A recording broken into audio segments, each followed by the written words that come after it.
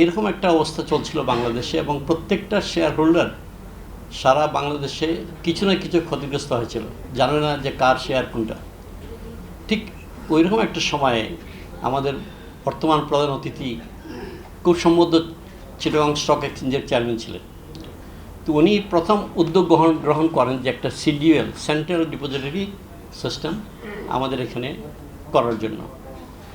এবং ওই সময় উনি যে পরিশ্রম করেছেন, তখন কেউ ক্যাপিটাল সাবস্ক্রাইব করতে চায়নি, ওই কোম্পানিতে কেউ টাকা দিতে চায়নি।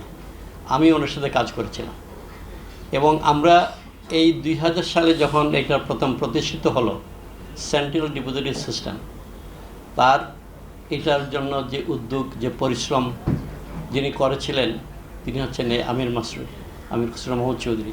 উনি কিন্তু একান্ত পরিশ্রম করেছেন এবং সামাদ সাহেব নামে এক ভদ্রলোক ছিলেন আমাদের ফাইন্যান্সের FCA, উনিও অনেক কাজ করেছেন। হোয়াট হ্যাপেন টুডে, উনি হয়তো এখন খবর রাখেন কিনা জানি না, আজকে central depository system is a electronic settlement system.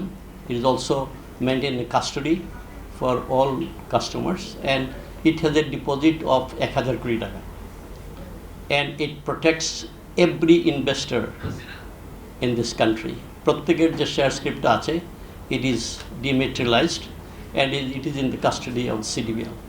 তো এরকম একটা উদ্যোগ উনি নিয়েছিলেন এবং খুব সুন্দরভাবে প্রতিষ্ঠিত হয়েছে এবং সঠিকভাবেই চলছে এবং একটা কন্টিনিউয়াসলি একটা বিনিয়োগ হচ্ছে এই খাতে, ভালোই হচ্ছে।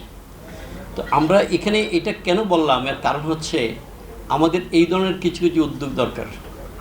আমাদের এই মুহূর্তে আমরা জানি আমাদের অর্থনৈতিক অবস্থা কী, গত 15 বছরে কী হয়েছে, এই সমস্ত বিষয়ে সবাই আমরা একই কথা বলবো, ইনফ্লেশন, প্রবলেম, ইনভেস্টমেন্ট হচ্ছে না, কিন্তু কিছু কিছু জিনিস আমরা করতে পারি which can change our economy. অর্থাৎ এগুলোর জন্য কোনো আলাদা রিসোর্স অ্যালোকেশনের দরকার নাই।